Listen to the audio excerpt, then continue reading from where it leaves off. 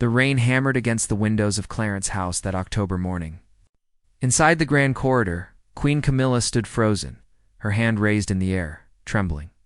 Before her, a young royal guard named Thomas stood perfectly still, his face pale but composed. Between them, a small figure in a Navy school uniform had stepped forward. Princess Charlotte, just 9 years old, had placed herself directly in front of the guard. No one moved. The only sound was the rain and Camilla's heavy breathing. What could drive a queen to such a moment? And how did a child become the one to stop it? The morning had started like any other autumn day at the palace. Thomas had been on duty since 6 o'clock, standing watch near the private family wing. He was 23, new to the royal protection detail, and determined to prove himself worthy of the position. His father had served the crown for 30 years. Thomas wanted to honor that legacy. By 9 o'clock, the corridors began to fill with the usual morning activity. Staff moved quietly between rooms. Somewhere down the hall, a door closed softly. Everything felt normal, routine, safe. Then Camilla appeared. She swept through the corridor with unusual speed, her face tight with emotion. Thomas straightened immediately, offering the traditional nod of respect. She barely noticed him. Her eyes were red, her jaw clenched. Something was very wrong. Behind her, 2 ladies-in-waiting followed at a distance, exchanging worried glances. They knew that look.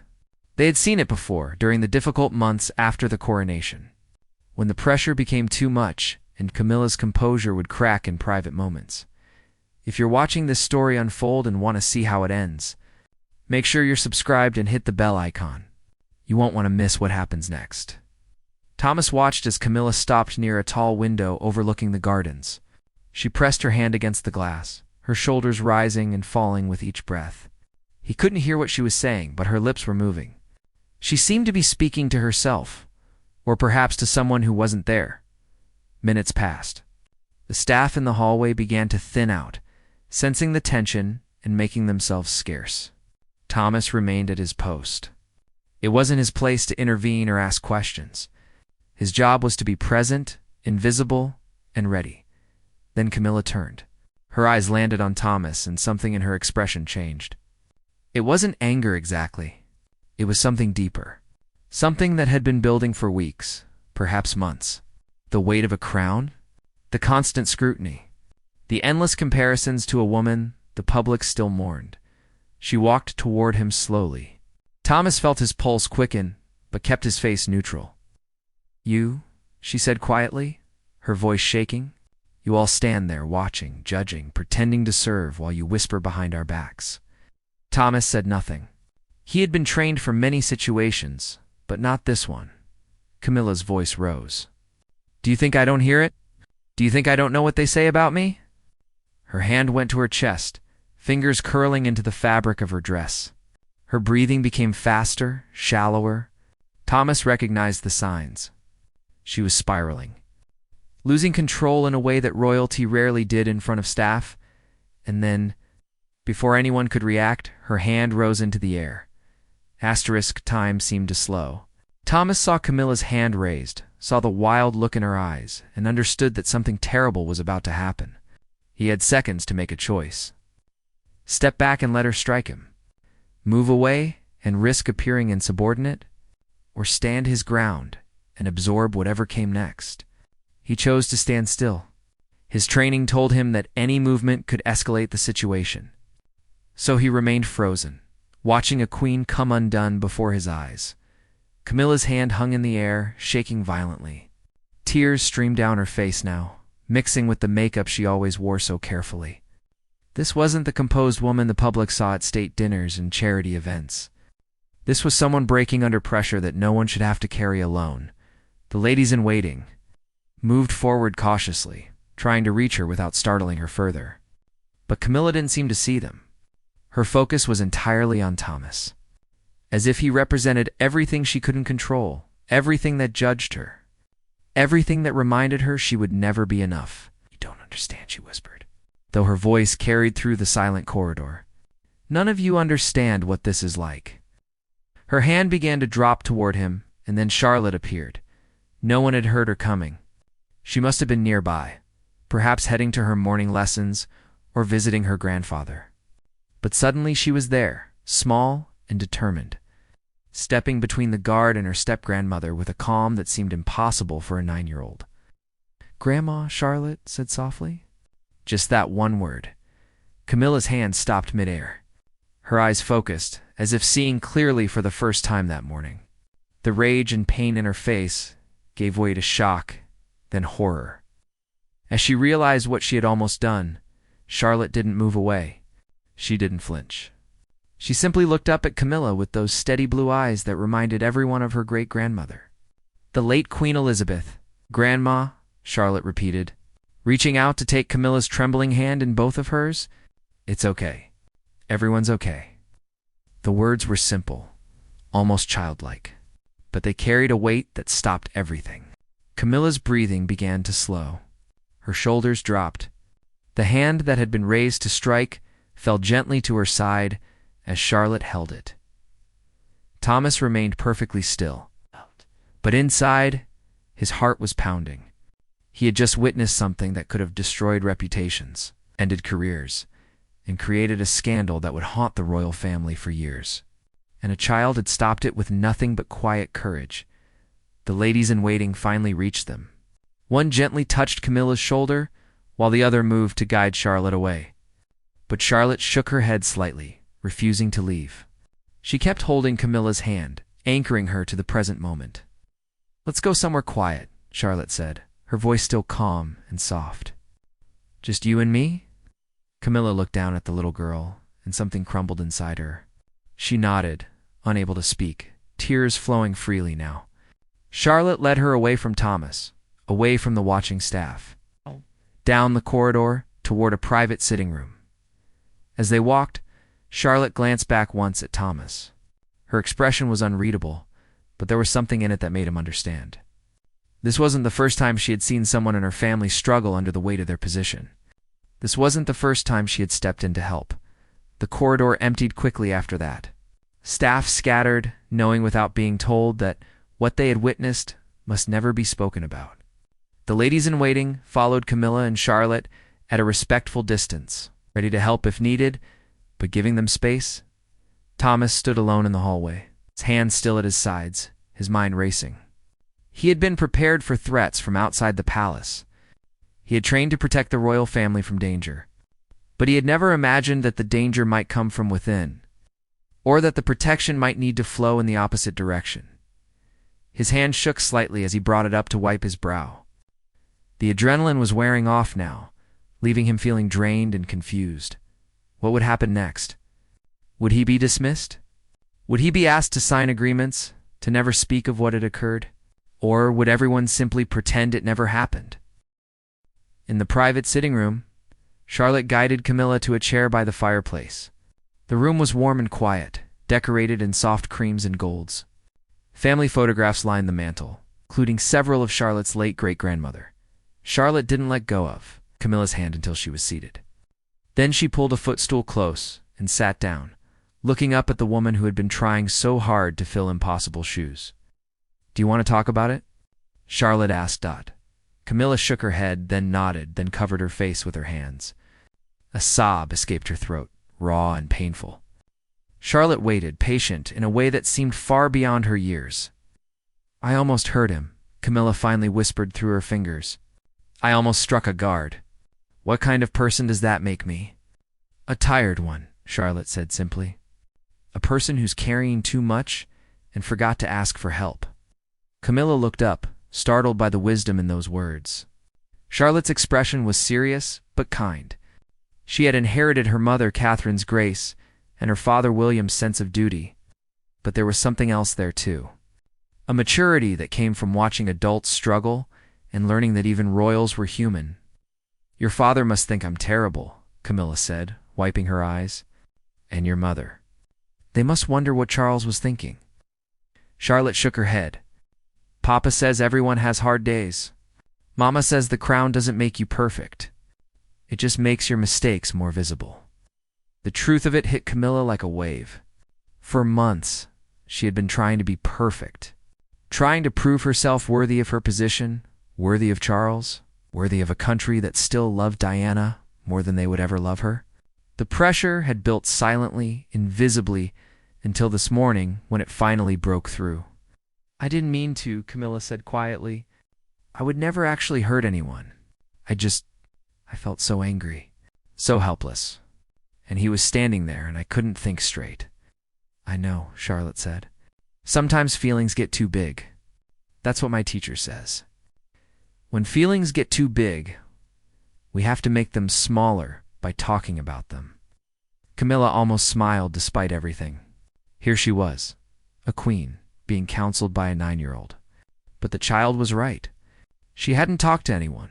Not really. Not about how isolated she felt, or how the constant criticism wore her down, or how she woke up every morning wondering if today would be the day she finally proved everyone right about her. "What do I do now?" Camilla asked, her voice small. Everyone saw. That guard, the staff. They'll never look at me the same way. Charlotte thought for a moment. "Thomas won't tell anyone. I know him. He's been here since summer. He's kind. When I dropped my books last week, he helped me pick them up and didn't make me feel silly." So the guard had a name, Thomas, a young man with his whole life ahead of him, who had just witnessed a royal breakdown and could have been hurt because of it. "I need to apologize to him," Camilla said. Yes. Charlotte agreed. "But maybe wait until you feel steadier. Mama says apologies mean more when you're calm." They sat together in silence for a while. Outside, the rain had stopped, and weak sunlight filtered through the clouds. Camilla felt the tightness in her chest beginning to ease. Charlotte's presence was somehow soothing, grounding her in a way she desperately needed. "Why did you step in?" Camilla asked eventually. "You could have just walked away. Pretended you didn't see." Charlotte looked at her seriously. "Because I saw you hurting? And because Thomas looked scared, even though he was trying not to show it? And because—" She paused, choosing her words carefully, because families help each other. Even when it's hard, the word family hung in the air. Camilla had always wondered if William's children truly saw her that way, or if she would always be the outsider who took their grandmother's place in their grandfather's heart. But Charlotte had just answered that question without hesitation. "Thank you," Camilla whispered. "You saved me from doing something I could never take back." Charlotte nodded, accepting the gratitude with quiet dignity. "Are you going to be okay now?" Camilla took a deep breath and nodded. "I think so, but I need help, real help. I can't keep carrying this alone." "Then tell Grandpa," Charlotte said firmly. "He loves you. He'll help." It sounded so simple when a child said it, but Camilla knew Charlotte was right. Charles needed to know how close she had come to losing control. And she needed to admit that being queen consort was harder than she had ever imagined. A soft knock at the door interrupted them. One of the ladies in waiting peeked in, her face concerned. "Ma'am, the Prince of Wales is asking for Princess Charlotte. Her tutor is waiting."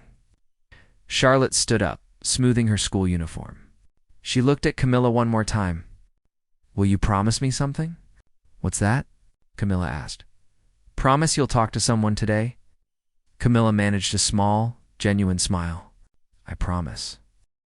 Charlotte left the room with one final encouraging nod. The laddie in waiting remained, hovering uncertainly by the door. Camilla could see the question in her eyes, the worry about what would happen next. What needed to be managed or controlled? "Please ask my private secretary to clear my morning schedule," Camilla said, her voice steadier now. "And tell him I need to speak with the king as soon as he's available. It's urgent." The woman nodded and disappeared quickly. Camilla stood and walked to the window, looking out at the wet gardens below. The storm had passed, leaving everything clean and dripping. She felt like that garden, raw and exposed, but somehow clearer than she had been in months. Meanwhile, Thomas had returned to his post, but his commanding officer had quietly pulled him aside.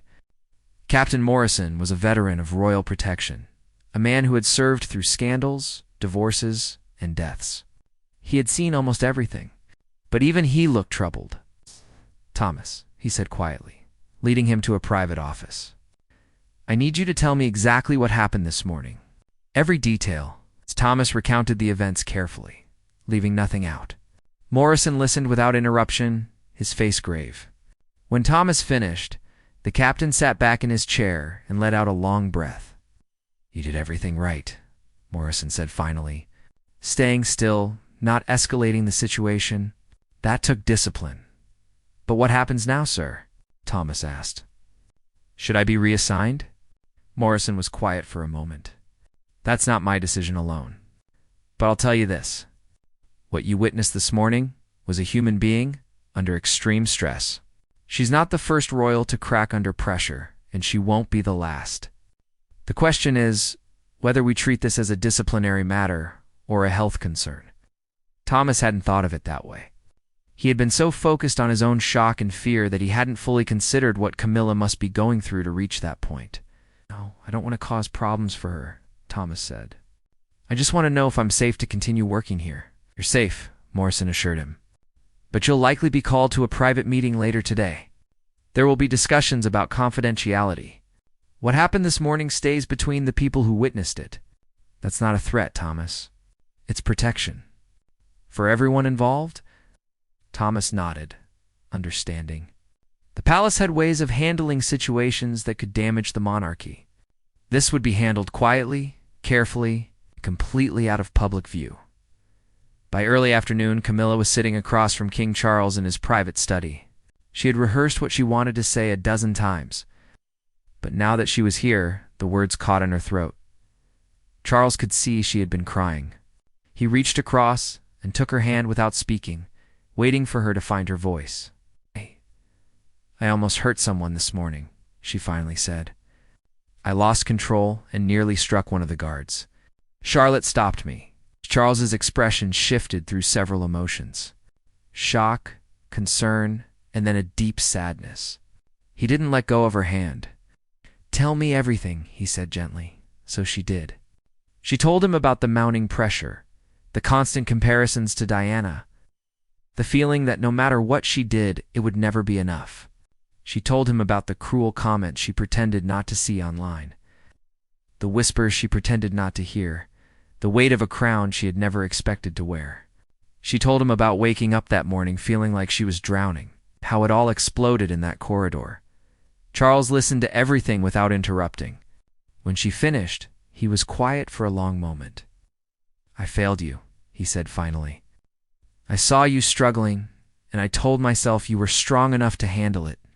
I didn't realize how much you were carrying alone." "Should have told you," Camilla said. "I should have asked for help." "We're both at fault then," Charles said. "But we can fix this.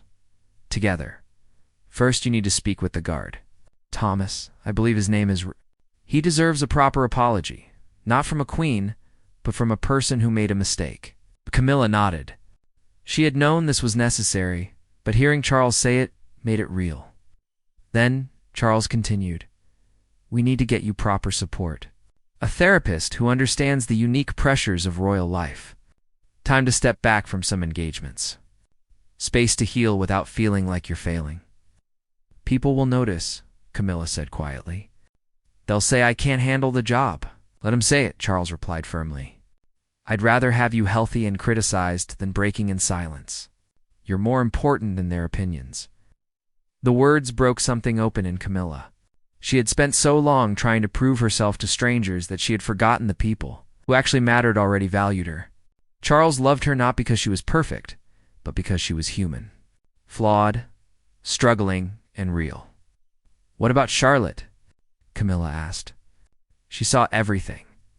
She's so young, but she handled it like she's done this before."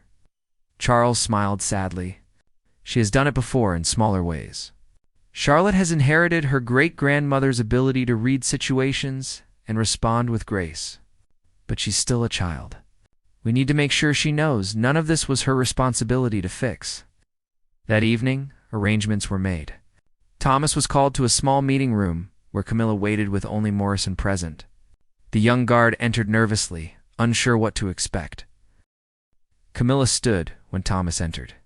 She had changed into simpler clothes, and her makeup was understated. She looked tired but composed. More importantly, she looked human. "Thomas," she began, and her voice was steady but gentle, I asked you here because I owe you an apology. A real one, not a formal statement or a royal dismissal of what happened. What I almost did this morning was unacceptable. You were doing your job, and I put you in a position where you felt unsafe. That should never have happened. Thomas didn't know how to respond. He had expected many things, but not this direct personal acknowledgement. I won't make excuses, Camilla continued. I was struggling with things that had nothing to do with you, and I took them out on the wrong person. You showed remarkable discipline and professionalism. You handled an impossible situation with grace. I'm grateful, and I'm sorry. Thomas said carefully, I appreciate your words. I was frightened in that moment, I won't lie. But I also saw someone in pain. I hope you're getting the help you need. Camilla's eyes glistened, but she nodded. I am. And part of that help is being honest about what happened and making proper amends. You shouldn't have to wonder if you're safe in your workplace. You are. This was about my failure, not yours. Morrison cleared his throat gently. Thomas, there will be paperwork regarding confidentiality. But I want you to understand something. This isn't about silencing you or protecting reputation at your expense. Everyone in this room wants you to feel secure and supported. If you need time away or wish to transfer to a different detail, that will be arranged without any mark against your record. Thomas considered this. Part of him wanted to leave, to get away from the reminder of that frightening moment. But another part of him understood something important. He had seen behind the curtain, had witnessed the human cost of being royal. And somehow, that made him want to stay more, not less. I'd like to continue here, sir, Thomas said. If that's acceptable. Camilla looked surprised and touched. Are you certain? After this morning? Everyone has breaking points, ma'am, Thomas said. You reached yours and then took responsibility for it. That takes courage. I'd be honored to continue serving the family. The meeting ended with handshakes and signed documents. As Thomas left, he felt lighter somehow. The fear from that morning had transformed into something else. Understanding, perhaps. Or compassion. Later that week, Camilla had a conversation with Charlotte in the palace gardens.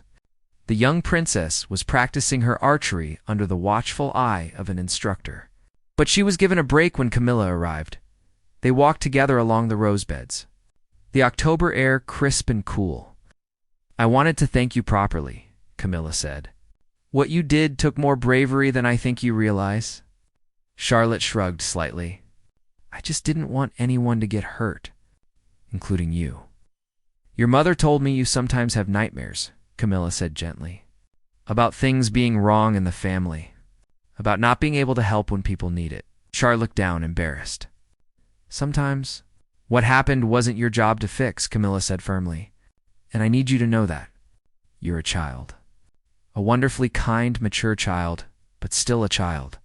Adults are supposed to take care of their own problems, not rely on children to rescue them. But I wanted to help, Charlotte protested. No! And I'm grateful you did. But I don't want you to feel like you always have to be the one who fixes things. It's okay to just be 9 years old. To worry about your lessons and your friends and your horse riding, not about whether the grown-ups are okay. Charlotte was quiet for a moment. Is it hard being queen?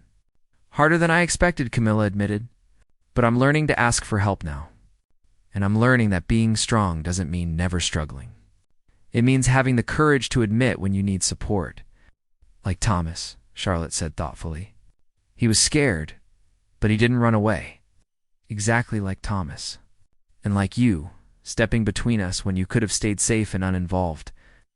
They walked in comfortable silence for a while. Camilla realized that this conversation, this moment of honesty with a child, was somehow more healing than any formal therapy session could be. Charlotte represented hope. The future? A generation that might understand mental health and human struggle better than any before it. Can I ask you something? Charlotte said suddenly. Of course. You think great-grandma ever felt like this? Like it was too much? Camilla considered the question carefully. I think she did. But in her time, people didn't talk about such things. They just carried on, no matter what it cost them inside. Maybe that made them seem stronger. Or maybe it just meant they suffered alone. I'm glad you're talking about it, Charlotte said firmly. Mama always says that talking about hard things makes them less scary. Your mama's very wise. You're lucky to have her. Charlotte smiled. I know. And you're lucky to have Grandpa. He really loves you, you know. Even when you have bad days. Out of the mouths of children, Camilla thought. Such simple truth delivered with such perfect timing. I'm lucky to have all of you, Camilla said. Even when I forget it. They returned to the archery range, and Camilla watched as Charlotte picked up her bow again. The girl's form was excellent, her focus complete. When she released the arrow, it flew straight and true. Hitting just inside the target's center ring, Charlotte turned and grinned. And in that moment, she looked exactly like the happy child she was supposed to be. Not a rescuer or a mediator. Just a girl proud of her accomplishment. The weeks following that October morning brought quiet changes to palace life. Camilla's schedule was lightened considerably. She began working with a private therapist twice a week, someone who specialized in the unique pressures of public life. Charles made a point of being more present, more attentive. Asking the questions he should have been asking all along, Thomas continued his duties with a new understanding. When he passed Camilla in the corridors now, she would nod with genuine warmth. And he would respond with respect that came from compassion rather than mere protocol. They had shared something rare, a moment of complete honesty, followed by genuine accountability. The staff who had witnessed that morning never spoke of it, not even among themselves. It wasn't fear that kept them silent, but something closer to protective instinct. They had seen their queen at her most vulnerable and chose to guard that vulnerability as carefully as they guarded her physical safety. Charlotte turned to her normal routine of lessons and play. But Catherine noticed subtle changes in her daughter. The nightmares that had plagued her became less frequent. When asked about it, Charlotte simply said she felt better knowing that even grown-ups struggled sometimes, and that it was okay to admit it. She learned something important that day. Catherine told William one evening as they prepared for bed that helping people doesn't mean fixing everything. Sometimes it just means being present while they fix themselves. William had been furious when he first heard what happened, his protective instincts for both his daughter and his family roaring to life. But Catherine had helped him see it differently. Charlotte hadn't been endangered. She had been empowered. She had seen a problem, responded with grace, and helped create space for healing. I just worry she'll think she always has to be the peacemaker, William said. Then we remind her she doesn't, Catherine replied. We thank her for her kindness that day, and we also teach her that it's not her job to manage adult emotions. There's a balance there. By December, when the family gathered for Christmas preparations, the incident had become a quiet reference point rather than an open wound. Camilla seemed lighter, more present. She laughed more easily and didn't flinch when conversations turned to Diana, or comparisons between past and present. During a private family dinner at Sandringham, Charles raised his glass in a toast. To family, he said simply, to being honest with each other, even when it's difficult. To asking for help when we need it. And to the courage of those who step forward when others need them most. His eyes found Charlotte's as he spoke those last words. She blushed slightly, but met his gaze with quiet pride. After dinner, as the younger children played board games by the fire, Camilla found herself standing near a window with Catherine. They weren't close, had never quite found easy friendship, but there was mutual respect. Thank you, Camilla said quietly. Catherine looked at her with gentle curiosity. For what? For raising children who see people rather than positions? Charlotte didn't see a queen losing control that morning. She saw a grandmother in pain. That came from you and William. Catherine smiled softly. She got the intervening part from her great-grandmother. That was all Elizabeth. But the compassion, the willingness to be uncomfortable, to help someone else, that's something I hope all our children learn. She saved me from myself, Camilla said. I don't know if I've ever properly thanked her, you have, Catherine assured her. By taking responsibility, getting help, and being honest about your struggle. Children learn more from watching how adults handle failure than from watching them succeed. It was true. Charlotte had seen an adult make a terrible mistake, own it, apologize, and do the work to heal. That was worth more than any lecture about proper behavior. As the evening wound down and the family began retiring to their rooms, Thomas stood his post near the main entrance. He had drawn Christmas duty, which meant quiet nights, watching over a happy family rather than managing crowds and official events. Charlotte passed him on her way upstairs with her brothers. She paused and smiled. "Happy Christmas, Thomas." "Happy Christmas, Princess Charlotte. You going to see your family after your shift?" she asked. "Tomorrow morning," he confirmed. "My father is making his famous Christmas breakfast." "That sounds nice," Charlotte said warmly. Then more quietly, "Thank you for what you did that day, for staying calm." Thomas was surprised she brought it up, but he understood the need to acknowledge it one final time. "Thank you for what you did," he replied. "For being brave." Charlotte nodded, satisfied, and continued upstairs. Thomas watched her go. This small girl who had stepped between danger and duty with nothing but calm words and steady hands in the months and years to come. That October morning would fade into palace legend. The story of how Princess Charlotte saved a guard from the Queen, or how Queen Camilla saved herself with the help of a child, or how Thomas the guard showed what real courage looked like.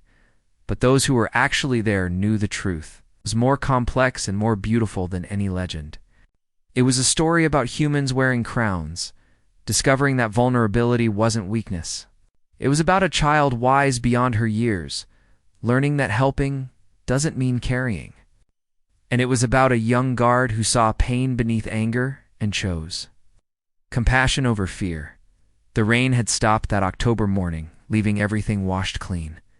And in a small way, that's what happened to everyone involved. They were washed clean of pretense, of the belief that strength meant never breaking, of the idea that royalty meant perfection. What remained was something more valuable than perfection. It was truth, messy and painful, and ultimately healing. And on cold December nights, when Camilla couldn't sleep, she would remember a small hand taking hers. A calm voice saying, "It's okay. Everyone's okay." And she would know that somehow, against all odds, it really was.